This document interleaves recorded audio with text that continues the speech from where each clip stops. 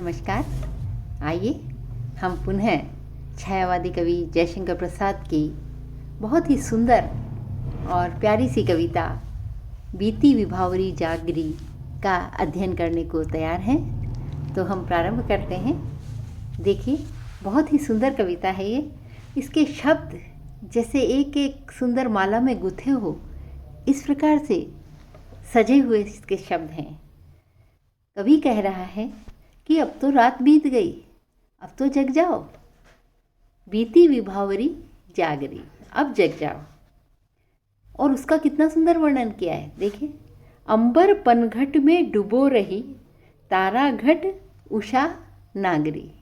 उषा रूपी स्त्री अंबर रूपी पनघट में तारे रूपी घड़ों को एक एक करके डुबो रही है। कितना सुंदर वर्णन है। रूपक, सांग रूपक का कितना प्यारा सा वर्णन इन्होंने यहाँ किया है। अंबर पनघट में डुबो रही, तारा घट उषा नागरी। उषा रूपी स्त्री अंबर रूपी पनघट में तारे रूपी घड़ों को डुबो रही है, क्योंकि सुबह होते होते तारे अपने आप जैसे अदृश्य होने लगते हैं। तो उस अदृश्य होने के क्रम को कवि ने किस दृष्टि से देखा है। कितनी सुंदर दृष्टि है उनकी, और उन्होंने एक रूपक बांध दिया है इसका। कितना सुंदर, इसको कहते हैं कविता। ये कविता शब्द कहाँ से आए, रूपक कैसे बने, और इन रूपक को आपस में किस प्रकार से बांटा है कवि ने। मानवीयकरण अलंकार के साथ साथ रूपक अलंकार, सांग रूपक अलंकार का सुंदर वर्णन। खग कुल कुल सा बोल रहा, किस लय का आंचल डोल रहा। जैसे ही भोर होने लगती है, पक्षी कुल कुल कुल बोलने लगते हैं, पक्षी ध्वनि निकालने लगते हैं। तो कवि कह रहे हैं कि देखो, पक्षियों का दल भी आवाज़ करने लगा है भोर होते ही। और ये जो किसलय है, किसलय कहते हैं नई नई लाल लाल कोंपलें, वृक्षों की जो कोंपल होती है ना, लाल लाल पल्लव, वो किसलय का आंचल डोल रहा, वो धीरे धीरे हवा में हिलने लगे हैं। और पुनः वह मानवीयकरण कि वृक्ष रूपी किसी स्त्री का आंचल जो है वो हिलने लगा है, और पक्षी भी बोलने लगे हैं। लो यह लतिका भी भर लाई, मधु मुकुल नवल रस गागरी।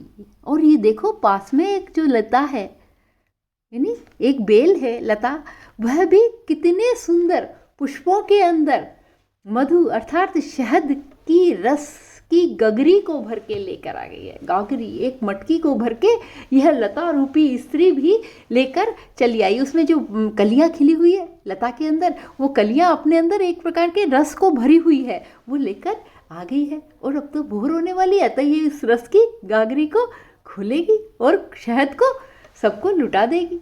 इस प्रकार से सुंदर वर्णन, लता रूपी स्त्री, है ना। और कितना अच्छा वर्णन है कि लतिका, है ना, लतिका रूपी स्त्री जो है वह इस प्रकार से सुंदर गगरी लेकर चली आई है, रस से भरी हुई गगरी को लेकर आ गई है। अधरों में राग अमंद पिए, पलकों में मलियज बंद किए, तू अब तक सोई है आली आंखों में भरे विहागरी। अपनी सखी से कह रहे हैं कि तू कैसी है, इतना सुंदर प्राकृतिक वर्णन हो रहा है, इतने सुंदर भोर हो रही है, और तुम अभी तक सोई हो। और सोई भी कैसी हो, अपने होठों के अंदर मिठास का राग, राग अमंद किए, है ना, अपनी जो ध्वनि रूपी हमारी जो आवाज़ है, उस आवाज़ को मंद किए हुए, और अलकों में बालों के अंदर मानो हवाओं को बंद कर रखा है। और अभी तक तो सोई हुई है अपनी आंखों के अंदर सपने भरकर, क्योंकि सुबह सुबह के सपने सब देखते हैं। आपको भी ध्यान है ना, सुबह सुबह जब आपकी मम्मी सुबह सुबह जगा देती होगी, तो अचानक से हम तो ये कर रहे थे और मम्मी अचानक जगाने आ गई, तो कैसा अनुभव होता है, सब जानते हैं ना ये चीज़। तो बिल्कुल वैसा ही यहाँ पर भी अभी अनुभव, आंखों में भरे भी, अपने नेत्रों में सपनों को भरकर तुम अभी तक सोए हुए हो। देखो तो बाहर आकर प्रकृति कितनी सुंदर है, कितना सुंदर नज़ारा है प्रकृति का। हम सबको भी मानो प्रेरणा दे रहे हैं जयशंकर प्रसाद, प्रकृति के निकट आने के लिए, प्रकृति के सौंदर्य को देखने के लिए, उसमें मानवीयकरण का आरोप करने के लिए, और इतने सुंदर रूप को देखने के लिए कवि हम सबको बुला रहा है। और हम सब भी चले, आइए प्रकृति को देखें। इतनी सुंदर प्रकृति है कि हमारा मन उसको देख के ही अपने सारे शोक, दुख, पीड़ा, सब कुछ हम उसमें भूल सकते हैं। तो इतना सुंदर भाव यहाँ पर कवि ने किया है। और इसके अंदर देखो, यहाँ पर रूपक अलंकार है, मानवीकरण अलंकार है, साथ ही कुल कुल सा बोल रहा उपमा अलंकार है ना। तो लतिका में जो है गागरी भर के लेके आई, यहाँ पर पुनः मानवीकरण अलंकार है। तो एक स्वाभाविक अलंकारों का संयोजन इसमें किया है। भाषा का तो कहना ही क्या है, भाषा तो मानो एक माला में गुथे हुए शब्दों की तरह, मोतियों की तरह से इस कविता में आ गए हैं, अपने आप स्वतः ही इसके अंदर मानो चले आ रहे हैं शब्द। तो इस प्रकार से कवि जयशंकर प्रसाद की यह बहुत ही सुंदर कविता है। धन्यवाद।